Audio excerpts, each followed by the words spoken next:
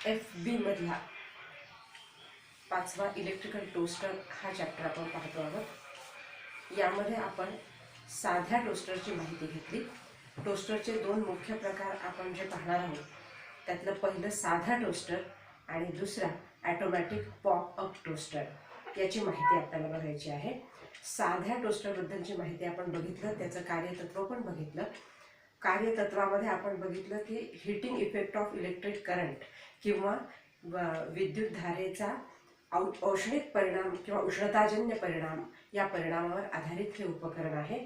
यामध्ये जे नायक्रोमचं heating element आहे त्या नायक्रोमच्या हीटिंग एलिमेंटमधून जेव्हा विद्युत प्रवाह वाहतो तेव्हा ते हीटिंग एलिमेंट रेझिस्टिव्ह असल्यामुळे किंवा प्रवाह वहनास प्रचंड विरोध करत असल्यामुळे प्रचंड प्रमाणात गरम होते, लाल होते आणि ती उष्णता आपण ब्रेड भाजण्यासाठी वापरतो। अशा पद्धतीने साध्या टोस्टरची कार्य, त्याच्यातले मुख्य भाग, त्याची रचना आणि त्याचं कार्य हे आपण बघितलेलं आहे। आता आपण त्याचा दुसरा प्रकार पाहणार आहोत, ऑटोमॅटिक पॉप अप टोस्टर। साध्या टोस्टरमध्ये आणि ऑटोमॅटिक टोस्टरमध्ये मुख्यतः फरक काय आहे की साध्या टोस्टरमध्ये आपल्याला सर्व क्रिया ही मॅन्युअली किंवा हाताने करावी लागते। ब्रेड स्लाइस आतमध्ये ढकलणे किंवा त्याच्या खाचा आहेत त्याच्यामधला जो ग्रिल आहे त्या ग्रिलवरती ब्रेड स्लाइस ठेवणे, त्याच्यानंतर सप्लाय ऑन करून त्याच्या सप्लाय ऑन केल्यानंतर ब्राउनिंगची क्रिया सुरू झालेली जी सुरू होते ती कंट्रोल करणे हे सुद्धा आपल्याला मॅन्युअली करावं लागतं। यासाठी आपल्याला स्विच ऑन ऑफ करणे, ब्रेडकडे लक्ष ठेवणे, जर लक्ष दिलं नाही तर जास्त ब्राउनिंग किंवा ब्रेड जळण्याची शक्यता आहे। त्यामुळे ह्या सगळ्या क्रिया मॅन्युअली लक्ष देऊन आपल्याला कंट्रोल कराव्या लागतात आणि सप्लाय ऑफ करून तयार झालेला ब्रेड स्लाइस आपल्याला परत प्रेस बटन पुश करून वर काढून घ्याव्या लागतात। यातील क्रिया ही पूर्णपणे मॅन्युअली असते, ज्याला आपण साधा टोस्टर किंवा ऑर्डिनरी टोस्टर असं म्हणतो, ज्यामध्ये ब्राउनिंग होणं आणि ब्रेड स्लाइस ऑटोमॅटिकली वर येणं आणि टोस्टर ऑफ होणं ही क्रिया ज्यामध्ये ऑटोमॅटिक होते त्याला आपण ऑटोमॅटिक टोस्टर असं म्हणतो। यामध्ये पॉप अपचा अर्थ असा आहे की ब्रेड स्लाइस सुद्धा ऑटोमॅटिकली वर ढकलल्या जातात आणि त्या सहजपणे आपण बाहेर काढू शकतो, तर याला आपण ऑटोमॅटिक पॉप अप टोस्टर असं म्हणतो। मग त्यामुळे या ऑटोमॅटिक पॉप अप टोस्टरमध्ये जे आपण साध्या टोस्टरमधले भाग पाहिले ते तर भाग आहेतच, याशिवाय ॲडिशनल महत्त्वाचे आपल्याला 3 भाग याच्यामध्ये दिसतात। एक इंडिकेटर लॅम्प जो सप्लाय चालू आहे, बंद आहे किंवा थर्मोस्टॅट ऑपरेट झाला आहे, क्रिया थांबलेली आहे हे दर्शवतो, तो इंडिकेटर लॅम्प। दुसरं थर्मोस्टॅट जो तापमानाचं नियंत्रण करतो आणि तिसरं टेम्परेचर सेट करण्यासाठी असलेला ब्राउनिंग कंट्रोलचं बटन किंवा तापमान नियंत्रणाचं रोटरी स्विच। हे 3 भाग आपल्याला ऑटोमॅटिक टोस्टरमध्ये वेगळे दिसतात। याशिवाय त्याचा मेटॅलिक किंवा स्टीलचा चौकोनी आयताकृती आकाराचा बॉक्स, त्याला असणाऱ्या खाचा किंवा ज्यामध्ये आपण ब्रेड स्लाइस इन्सर्ट करतो त्यासाठीचा मार्ग, त्याचप्रमाणे आतमध्ये असलेले रिबन टाईप हीटिंग एलिमेंट, त्याच्या समोर असलेली ग्रिल, त्याच्यानंतर त्याचा ग्रिलचं मेकॅनिझम होण्यासाठी त्यामध्ये ऑटोमॅटिक मेकॅनिझम होण्यासाठी जो स्प्रिंग कंट्रोल दिलेला असतो तो मेकॅनिझम, या सगळ्या गोष्टी यामध्ये सुद्धा असतात। याशिवाय हे महत्त्वाचे 3 भाग आपण यात बघणार आहोत, इंडिकेटर लॅम्प, त्याच्यानंतर त्याचा तापमान नियंत्रण करण्यासाठी आवश्यक असलेला थर्मोस्टॅट आणि ब्राउनिंग कंट्रोलसाठी असणारा रोटरी स्विच, हे 3 भाग हे यामध्ये ॲडिशनल असतात। जेव्हा आपण तापमान आपल्याला नियंत्रण करायचं आहे तेव्हा ते तापमान नियंत्रणासाठी मुख्य भाग जो असतो थर्मोस्टॅट, या थर्मोस्टॅट विषयीची माहिती आपण ऑटोमॅटिक इस्त्री किंवा आयर्नमध्ये सुद्धा घेतलेली आहे। यामध्ये हा जो थर्मोस्टॅट आहे हा द्विधातूची पट्टी वापरून उपयोगात येऊन तयार केलेल्या 2 पट्ट्यांचा कॉन्टॅक्ट असतो। यामधली एक पट्टी ही मुव्हेबल किंवा हलणारी असते, दुसरी पट्टी ही फिक्स किंवा एकाच जागी स्थिर असणारी असते। एक स्थिर पट्टी आणि एक अस्थिर पट्टी किंवा एक फिक्स पट्टी आणि एक मुव्हेबल पट्टी, या पद्धतीच्या 2 द्विधातूच्या पट्ट्यांचा कॉन्टॅक्ट करून हा थर्मोस्टॅट बनवलेला असतो। ह्या थर्मोस्टॅट कॉन्टॅक्ट जो आहे हा थर्मोस्टॅट कॉन्टॅक्टच्या वरती आपण जो ब्राउनिंग किंवा स्विच कंट्रोल तापमानाचं नियंत्रण करणारा जो स्विच असतो त्या स्विचचा आपण जसा टेम्परेचर ॲडजस्ट करू त्यानुसार या पट्ट्यांवरील दाब हा कमी जास्त होत असतो. जेव्हा ह्या थर्मोस्टॅट सप्लायमध्ये जोडलेला असतो, हीटिंग एलिमेंटच्या सिरीजमध्येच हा थर्मोस्टॅट जोडलेला असतो. हा थर्मोस्टॅट ज्या सेट केलेल्या तापमानापर्यंत या पट्ट्यांमधील कॉन्टॅक्ट हा कायम असतो, परंतु ज्या क्षणी तापमान वाढतं त्या क्षणी ह्या पट्ट्यांचंही तापमान वाढतं.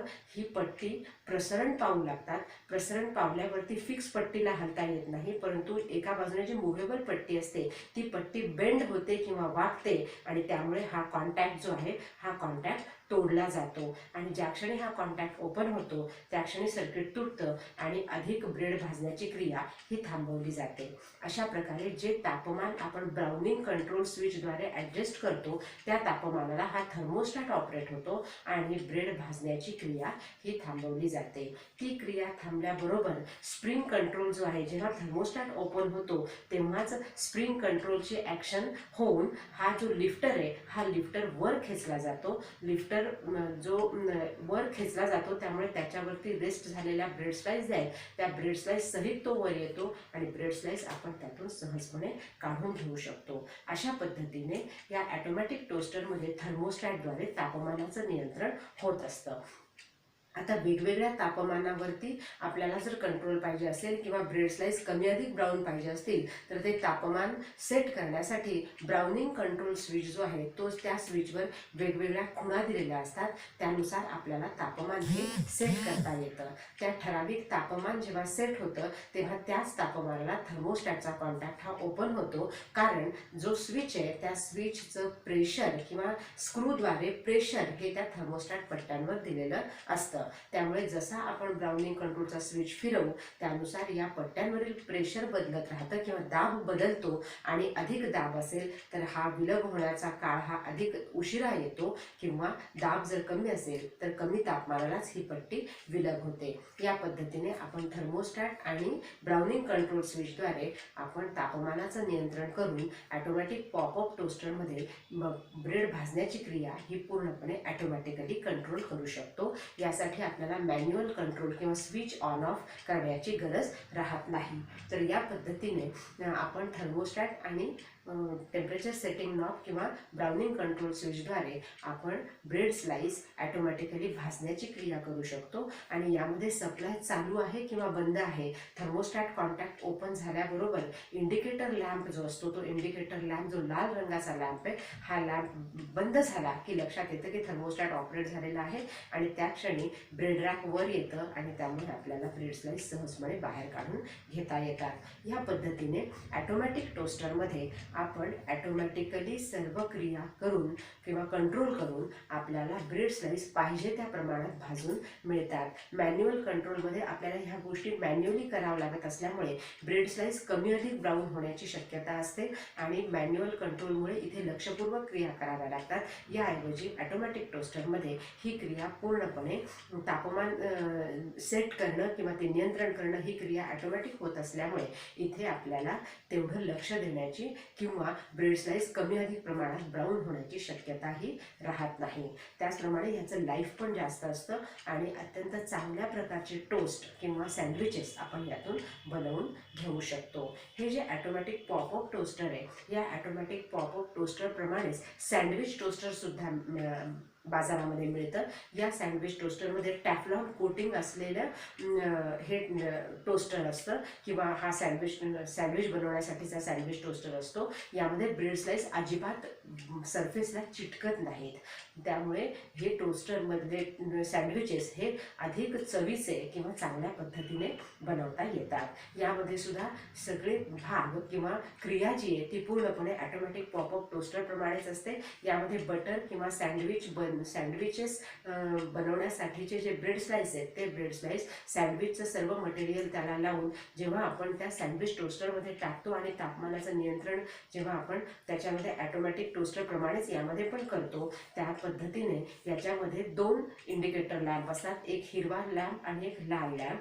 तर थर्मोस्टॅटच्या सेटिंगनुसार आपण त्याची क्रिया जी आहे ती पूर्णपणे नियंत्रित करू शकतो. सुरुवातीला जेव्हा आपण सप्लाय ऑन करतो तेव्हा जेव्हा लाल इंडिकेटर लॅम्प लागतो तेव्हा सप्लाय ऑन आहे हे कळतं आणि ठराविक तापमान आल्यावरती हा लाल लॅम्प बंद होऊन हिरवा लाईट लागतो. म्हणजे तापमान आपल्याला थर्मोस्टॅटने जे सेट केलेलं तापमान आहे तेच त्यापर्यंत त्याचं तापमान आलेलं आहे ही गोष्ट लक्षात येते आणि सँडविचेस भाजण्याची क्रिया सुरू होते. ही क्रिया पूर्ण झाल्यावरती परत थर्मोस्टॅट ओपन झाल्यावरती हा लॅम्प इंडिकेटर लॅम्प बंद होतो. यामुळे सँडविचेस तयार झालेले आहेत हे आपल्याला लक्षात येतं. या पद्धतीने सँडविच टोस्टर किंवा ऑटोमॅटिक पॉपअप टोस्टरमध्ये आपण चांगल्या पद्धतीने टोस्ट किंवा भाजलेले ब्रेड्स किंवा सँडविचेस हे बनवू शकतो.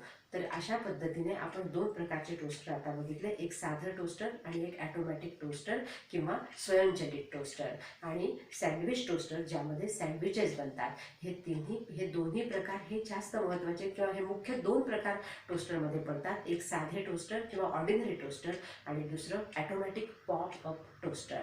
तर हे टोस्टरची रचना, कार्य, त्यांच्यामधले महत्त्वाचे भाग आणि महत्त्वाचं ऑर्डिनरी टोस्टर आणि ऑटोमॅटिक टोस्टरमध्ये काय फरक आहे याबद्दलची माहिती आपण घेतलेली आहे.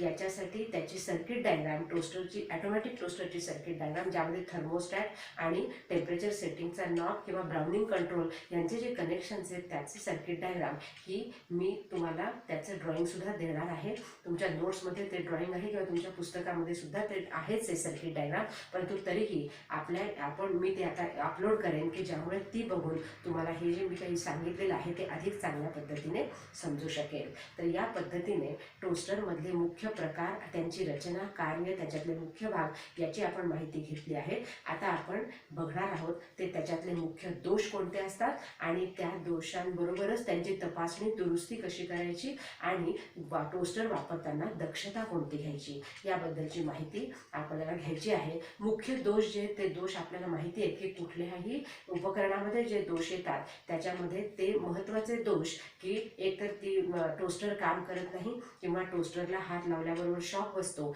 किंवा टोस्टर सप्लाय दिल्याबरोबर त्याचा फ्यूज उडतो. तर हे जे 3 महत्त्वाचे कॉमन दोष आहेत हे पण आपण पाहणार आहोत. त्याचबरोबर आपण ऑटोमॅटिक टोस्टरमधले दोषसुद्धा बघणार आहोत की ऑटोमॅटिक टोस्टरची क्रिया जर होत नसेल किंवा ऑटोमॅटिक टोस्टरच्या मधले जे महत्त्वाचे भाग आहेत त्यांच्यामध्ये जर काही दोष आला तर कोणत्या प्रकारचे दोष निर्माण होतात आणि त्यांची तपासणी व दुरुस्ती कशी करायची. त्याचप्रमाणे आपण टोस्टर हाताळताना कोणती काळजी घ्यायची याच्याबद्दलची जी काही आपल्याला माहिती घ्यायची आहे ती माहिती आपण सविस्तरपणे बघणार आहोत. आणि त्याच्याबरोबरच टोस्टरच्या महत्त्वाचे प्रश्न उत्तरं किंवा त्याच्याबद्दलचे काही ऑब्जेक्टिव्ह प्रश्न आणि काही ज्यांचे सविस्तर उत्तरं द्यायचे आहेत असे प्रश्न, तर डिस्क्रिप्टिव्ह आणि ऑब्जेक्टिव्ह या दोन्ही प्रकारच्या प्रश्नांची माहिती सुद्धा आपल्याला या चॅप्टरची शेवटी मी देणार आहे किंवा मी ते प्रश्न तुम्हाला देणार आहे ज्याचे तुम्हाला जे आपले ट्युटोरियल बुक्स मिळालेले आहेत त्या ट्युटोरियल बुक्समध्ये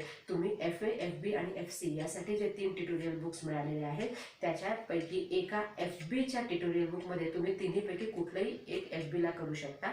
त्याच्यामध्ये या टोस्टरच्या प्रश्नोत्तरांची उत्तरं तुम्ही पूर्णपणे लिहायची आहेत. जे प्रश्न आपल्याला दिलेले आहेत किंवा मी त्याचा फोटोही टाकेल ते प्रश्नांची उत्तरं तुम्ही त्या FBच्या ट्युटोरियल बुकमध्ये लिहायची आहेत. आज आपण इथेच थांबूया. याच्यानंतर आपण दोष, तपासणी, दुरुस्ती हा भाग पुढच्या लेक्चरमध्ये बघूया. धन्यवाद.